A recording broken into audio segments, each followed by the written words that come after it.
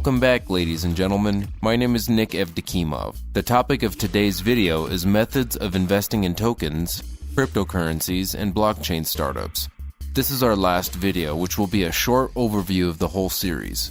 My goal is to provide a clear and transparent picture of how you could maximize the efficiency of your investments in blockchain projects and choose the most appealing among them from the investor standpoint. There are hundreds of options on the market to choose from, and these opportunities can be looked at through an investment scoring matrix. This is why we have several scoring systems that are used by investors today. One of them belongs to my company. However, if you don't rely on a third-party scoring system, you can always use a scoring matrix of your own to make investment decisions. By doing so, you can certainly achieve amazing investment results. Therefore, in addition to relying upon the scoring systems, I also advise to make independent decisions. For the most part, this analysis does not take too much time. It does take several hours to complete because you need to interview the startup's team, which in some cases can take days. This is important because we are talking about investing tens of thousands or even hundreds of thousands. I cannot overstate the importance of examining the startup. Where it is won independently or based on the data of scoring agencies, it is extremely important.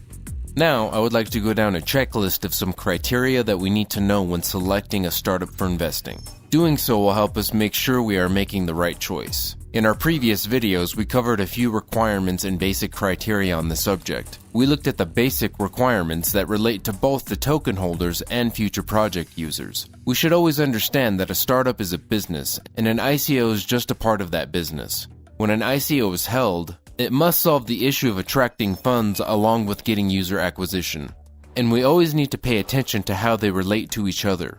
It is very important because you plan on becoming a part of this startup, and therefore you want your tokens to have high return on your investment. This is the main reason to pay attention to the correlation between the two, which means the startup is solving the question of funding and user acquisition.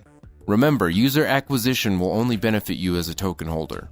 The next basic requirement is the implementation of blockchain into the business. We already know how well startups function when they integrate blockchain into their business model. Due to this blockchain integration, the startup's internal processes function very well. Ultimately, the use of blockchain should be a requirement for your startup, because it attracts crypto investors along with those who are just entering the crypto market. Overall, it is beneficial for a startup to attract professional crypto investors who have invested in very first ICOs that hit the market. Sadly, the number of these original investors is decreasing in comparison to the number of new investors on the market now. The next requirement we should note is the quintessential one, which is the token economy. The token economy consists of two elements, supply and demand. When it comes to demand, we should take our time understanding how the principles of demand work. That is to say, we should look into how the startup functions, what is its market position, and what problem it is solving. This business analysis closely resembles the classical venture capital investment analysis. Here, we should realize that demand should include an increase in the user base. Not only that, but there must be a turnover increase by the transfer of the incoming cash flow into the token economy. The major part of the cash flow should be devoted to supporting the token economy, the funding of the business itself, the startup's core team, and possibly the investors as well. The next requirement we need to pay attention to is the possibility of doing mixed deals. Mixed deals allow the investor to participate in a startup as a token holder and an equity owner. In this case, you receive part of the cash flow coming into the business and its profits. This is 100% guaranteed, as this is the protection of the last mile. A mixed deal is the second aspect of economy that is based on the traditional distribution of dividends. So paying attention to these two aspects is crucial. Since we've already covered supply and demand, we should always look for any opportunity within the startup to make a mixed deal. That way, it would be a great advantage that we invest into both tokens and equity. As previously discussed in our videos, this kind of investment can be done by the purchase of large amounts of tokens with a considerable amount of money, so that you can interest startup in getting into a mixed deal. Another common way of investing into a startup is through a fund that specializes in such deals. This way you can be on both sides of the business, which is an ideal scenario. This means that you play a short-term game on the token side and a long-term strategy on the equity side, all while receiving part of the cash flow from both sides. That's the best scenario for investment and in fact the best available. A while ago, these kinds of mixed deals were only available to large funds, but now you can invest through these funds with a minimal fee. Or if you are investing large amounts, you can go directly through the startup. Another point to discuss is our risk reduction strategy. One of the strategies I have already mentioned in previous videos is escrow services. The best scenario is when escrow services are implemented during an ICO, and even after an ICO. Meaning that frozen funds are released only after a considerable progress of the startup. That's why you should always pay attention to how escrow functions within an ICO. It is very important for the safety of your investment. In the past, I have also mentioned an element of making a deferred deal.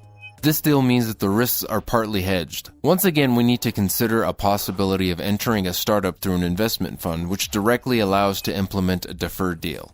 I would like to point out a few things on how to determine whether to invest into a startup through a fund or rather directly. Investing through a fund may be as beneficial as a direct investment. We need to remember that. What benefits do we have through a fund? First of all, a fund enters a startup as a wholesale buyer, which means it receives a discounted token price. Secondly, the fund makes decisions using its own inside scoring system to determine whether to invest or not. Thirdly, a fund has an opportunity to create agreements on unique terms with a startup, such as hedge risks and equity mix deals. That's why you should always pay attention to funds that have already invested in the startup and whether there is an opportunity to invest through a fund. This investment opportunity needs to be utilized when it is possible. The next aspect to cover is the documentation that a startup provides. As in the analysis of basic business features, you need to see how the startup handles marketing, legal, and the tech aspects of the business. If a startup works well with these aspects during the most important stage of its existence, which is the ICO, then it is absolutely likely that it will function well after the ICO is over. We should pay attention to that. The analysis of these three elements, marketing, legal, and technology, is crucial. When we know how these three elements are executed, we know the potential for the startup team to run business. They also show that if the team conducted an ICO successfully, it will also handle the rest of the project well. In my opinion, if a startup's team did not accomplish the task of conducting a successful ICO, which is the most important and fragile step for a startup, then it would be naive to hope that it will successfully build a business afterwards. Please pay attention to the details of the ICO, because if the ICO fails, most likely the project itself will fail as well. An ICO is the birth of a startup, so the whole life of the startup you may depend on it. Now, I want to return to the documentation you need for a startup's analysis.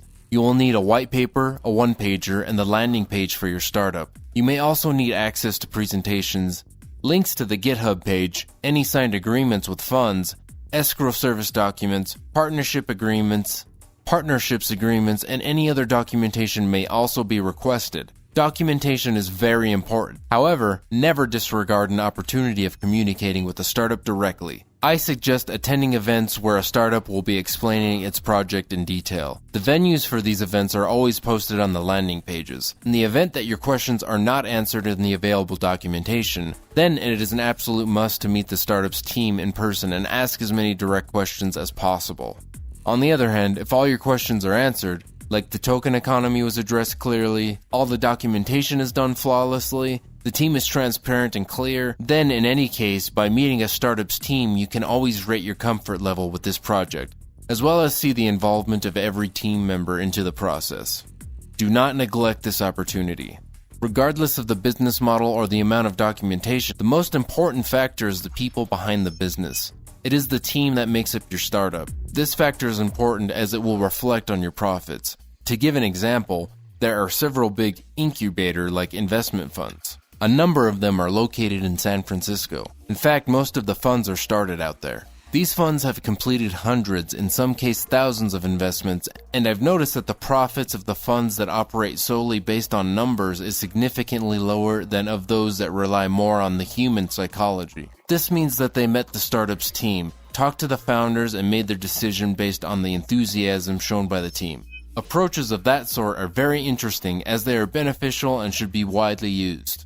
Great opportunities are available now for investing in this new sector of economy. More and more venture capital investments are pushed behind. Today, when structuring a mixed deal, you can get all the advantages of a venture deal, while with tokens you have more profits, better liquidity, and more flexibility with your investments. Best of all, you can operate your capital during the process of investment. What I'm trying to say is that we are at the beginning of the golden era where the blockchain technology allows our capital to grow many times over. All I'm asking you to do is to devote required time to your analysis, do your homework individually to raise the effectiveness of your investments. You will become an expert in the product that is offered by a startup, as well as become a part of this new type of business, this new economy and the market. By becoming a part of this economy, you will soon find that it will bring you much profit and that you are a part of a growing market. Today, this market is at its beginning stage and there is a long way ahead of us. This is the ICO market, which has only existed for about 2 years. I think it is not wise to say that it's already too late, that it no longer makes sense to buy tokens, because everything is just starting. We understand that as of now, the market is thankfully on the rise, as there are more and more ICOs that structure their tokens as security, and do it under US regulations. They work with accredited US investors, and with accredited on other territories of the world as well. There are opportunities all over the world for investors to enter startups through funds. We need to understand that the market is at such an early stage of its development that its effectiveness still fluctuates, but it is still higher than that of a venture and it will stay that way. Today, you have great opportunities to increase your capital and to learn from the market as it is just starting to rise.